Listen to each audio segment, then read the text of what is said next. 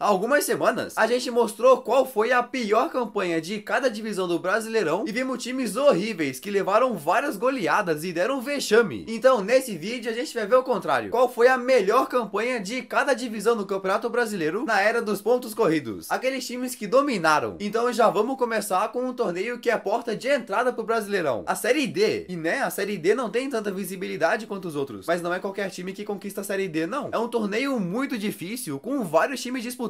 Pra tu ter noção, o torneio foi fundado em 2009 e começou com 40 times. Hoje já são 64 que disputam. Mas é difícil conquistar. Lá no ano de 2012, um time se destacou e simplesmente dominou o campeonato pra fazer a melhor campanha até hoje. O Sampaio Corrêa. O Sampaio Corrêa é do Maranhão e sempre teve tradição no futebol. Nunca foi um de quarta divisão, tá ligado? Sempre jogavam mais a Série B e no mínimo a C. Mas lá no fim dos anos 2000, eles passaram por muitas crises e caíram pra quarta divisão. Então depois de não subir em 2010 ou 2011, no ano de 2012 estavam decididos a sair da D. E diferente da Série A, na quarta divisão de 2012, eles pegavam todos os times e dividiam em 8 grupos, onde os 2 melhores iam pras oitavas. Então o Sampaio Corrêa foi e simplesmente humilhou todo mundo. Nesse grupo inicial, os maranhenses golearam geral. Somando os jogos de ida e volta, meteram 9-1 no Santos do Amapá. Sim, tem um time cópia do Santos no Amapá, 5-0 no Comercial do Piauí, 4-1 no Misto e 7-0 no Araguaína de Tocantins. Eles terminaram essa primeira fase com incríveis 8 vitórias em 8 jogos e foram pro mata-mata. Incontestável. Aí no mata-mata da Série D não golearam tanto assim, mas foram passando invictos e chegaram na final para encarar o Atlético Catalano de Goiás. Aí nessa decisão, o Sampaio Corrêa vinha fazendo o que fez em todo aquele mata-mata. Empatou a ida e no estádio Castelão, na frente de 40 mil pessoas, ganhou por 2-0 para conquistar a Série D de 2012 de uma forma incontestável. No total, em 16 jogos, os maranhenses ganharam 11, empataram 5 e não perderam nenhum. Não perderam nenhuma partidazinha. Foram invictos. Aproveitamento de 79%. E o ataque também foi impressionante. Marcaram incríveis 37 e só levaram 8 gols. Saldo de 29 positivos. Pra tu ter noção, o catalano, que chegou na final também, terminou com um saldo de 6. Sim. Então beleza, saindo da Série D, vamos subir o nível e ir pra terceira divisão do Brasileirão. E assim, o Brasileirão por pontos corridos lá na Elite começou em 2003. Então mesmo que a Série C não tenha exatamente o mesmo formato, vamos ver qual time fez a melhor campanha de 2003 pra cá. E nesse posto de melhor campanha, a gente vê 2 times praticamente empatados. E o primeiro deles é um que nem disputa mais o Brasileirão, o União Barbarense. Sim, esse time é do interior de São Paulo e hoje tá na segunda divisão estadual. Mas lá no ano de 2004, eles jogaram demais. E naquela época não tinha quarta divisão. A Série C era a última, tá ligado? Então era cheio de times e o formato era uma maluquice. Eles faziam tipo 16 grupos, depois um mata-mata e depois mais um grupo final, onde quem terminasse em primeiro era o vencedor. Aí o União Barbarense foi se classificando, passou pelo mata-mata com facilidade e naquele grupo final ganhou 5 dos 6 jogos para se sagrar campeão da Série C. Em 18 jogos eles tiveram 13 vitórias, 3 empates e um aproveitamento de 77,7%. Uma baita campanha. Aí se essa campanha foi muito boa, alguns anos depois, em 2011, outro time teve praticamente o mesmo aproveitamento, o Joinville. Em 2011 a Série C já tinha menos times, mas o formato continuava uma maluquice. Eles faziam 4 grupos com 5, onde os 2 melhores faziam mais 2 grupos e quem terminasse em primeiro de cada ia pra final. Aí o Joinville, que tinha acabado de subir pra terceira divisão, foi com tudo e depois de passar da fase inicial, naquele segundo grupo dominaram com 5 vitórias e um empate e foram pra final encarar o CRB. Aí foi uma humilhação. Na ida, lá na Lagoas, o Joinville fez 3-1 e na volta meteu 4-0 pra conquistar a Série C de 2011. Mano, no agregado, o Joinville meteu 7-1 no CRB. Olha isso. Então no total, em 16 jogos, o time de Santa Catarina ganhou a Série C com 11 vitórias, 4 empates e só uma derrota. Aproveitamento de 77%. Depois disso, o Joinville subiu tanto que em 2014 ganhou até a Série B e jogou a Série A. Pois é, pena que foram rebaixados e hoje não disputam mais o Brasileirão. Mas beleza, se ganhar a Série C já é difícil, conquistar a Série B é mais ainda. Tanto que vários times de elite que acabaram caindo pra B não conseguiram voltar com o título na mão. Mas lá no ano de 2008, teve um clube que tinha sido rebaixado pela primeira vez e dominou a Série B, o Corinthians. Mano, até ali o Corinthians estava naquela lista de times que nunca tinham sido rebaixados. Era um dos incaíveis. Mas aí em 2007 entraram numa crise gigantesca por conta de dívidas, elenco mal formado e até o presidente, que tava lá desde os anos 90, saiu do clube. Então com tantos problemas, o Timão foi perdendo cada vez mais jogos e acabou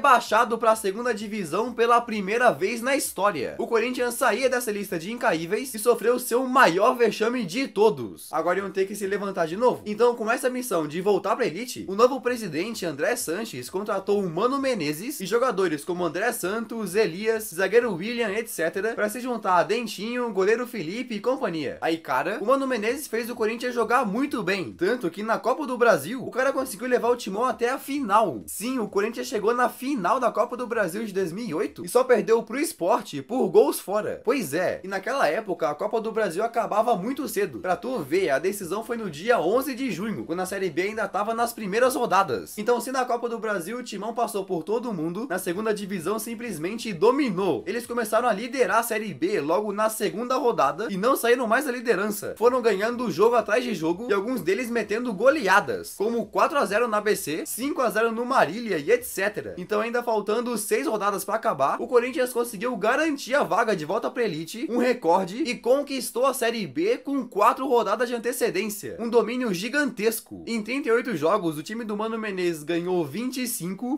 vitórias em 38 partidas, teve 10 empates e só 3 derrotas, somando no total 85 pontos e aproveitamento de 74,5%. Foram fortes demais. E o saldo de gols também foi impressionante. Com a ajuda dos artilheiros Herrera e Dentinho, o Corinthians meteu incríveis 79 bolas na rede e só sofreu 29. Subiram pra elite com tudo. Foi uma campanha tão boa que até hoje nenhum time conseguiu repetir esse aproveitamento na Série B. A partir daí o Corinthians começou uma subida gigantesca e foi melhorando muito. Tanto que só 4 anos depois de estarem disputando a Série B, o Corinthians, já com o Tite, conquistou a Libertadores e o Mundial. O futebol é muito doido. Então, agora que a gente viu as melhores campanhas da Série D, C e B, bora falar de qual foi a melhor campanha da história da Série A do Campeonato Brasileiro de pontos corridos. E essa foi uma campanha tão incrível que é praticamente impossível de repetir. A do Flamengo em 2019. Mano, se tu viu meu vídeo de como o Flamengo ficou rico, tá ligado que eles foram crescendo e fazendo cada vez mais investimentos. Tanto que entre 2018 e início de 2019, trouxeram muitos reforços para melhorar muito o time. Em 2018 veio o Vitinho do CSKA, que na época foi a transferência mais cara do clube. Depois foi vindo cada vez mais jogadores, como o Rodrigo Caio, Gabigol, Arrascaeta, que bateu o recorde do Vitinho de contratação, Bruno Henrique, etc. Sim, esses craques vieram tudo quase que no mesmo tempo. O elenco teve uma reformulação gigantesca. E entre 2018 e 2019, o Flamengo também teve mudança de presidente. Saiu o antigo para a chegada do Rodolfo Landim. Então, com uma nova direção, a diretoria do Fla decidiu trocar o Dorival Júnior por um novo técnico. Mas não o Jorge Jesus, e sim o Abel Braga. Pois é, o Abel Braga foi contratado e ia ser o treinador naquele ano. Então o Flamengo começou os campeonatos de 2019 com o Abel no comando e até começaram bem. No Campeonato Carioca foram os campeões e se classificaram para as oitavas da Libertadores. Mas no Brasileirão, que o Flamengo já estava há 10 anos sem conquistar, não começaram naquele pique todo. Nas primeiras 6 rodadas, o Flamengo já tinha sofrido 2 derrotas e se encontrava em sexto. Até que no final de maio, depois de uma conversa com o presidente do Fla, o Abel pediu para sair. O Abel saiu do Flamengo e agora iam ter que ir atrás de outro técnico. E quem a diretoria chamou para assumir o Fla foi um cara multicampeão por times portugueses que estava sem clube desde janeiro daquele ano. Jorge Jesus. O Jorge Jesus já tinha sido campeão de Portugal e campeão da Taça de Portugal várias vezes. Então foi chamado pro Fla e fez sua estreia no Brasileirão na 10ª rodada contra o Goiás. Aí logo no seu primeiro jogo ele já mostrou do que era capaz. O Flamengo simplesmente goleou o Goiás por 6 a 1. Todo mundo ficou espantado com esse placar. Aí depois até tiveram umas dificuldadezinhas, como perder pro Bahia por 3 a 0. Mas a partir da 14ª rodada, o Flamengo começou uma sequência de resultados simplesmente impressionantes. Meteram 3 a 1 no Grêmio, 4 a 1 no Vasco, 3 a 0 no Ceará, 3 a 0 no Palmeiras, que era o atual campeão brasileiro. Depois mais pra frente conseguiram ganhar do Corinthians por 4 a 1, ganharam do Palmeiras no Allianz Parque por 3 a 1 e lá vai. O Flamengo simplesmente dominou todo mundo, ficou 24 rodadas seguidas sem perder e bateu recordes. Com Gabigol, Arrascaeta, Bruno Henrique, Everton Ribeiro, William Arão e outros jogadores que chegaram no meio do ano como Rafinha, Felipe Luiz, Gerson e etc. O Flamengo chegou a incríveis 28 vitórias no Brasileirão, coisa que ninguém nunca tinha feito em 38 jogos, 6 empates e 4 derrotas. Só perderam 4 de 38. E detalhe, na última derrota contra o Santos, na última rodada, os caras já eram campeões de tudo e nem foram com tanta força assim, tá ligado? Então o Flamengo fez a melhor campanha da história do Brasileirão por pontos corridos, com 90 pontos e aproveitamento de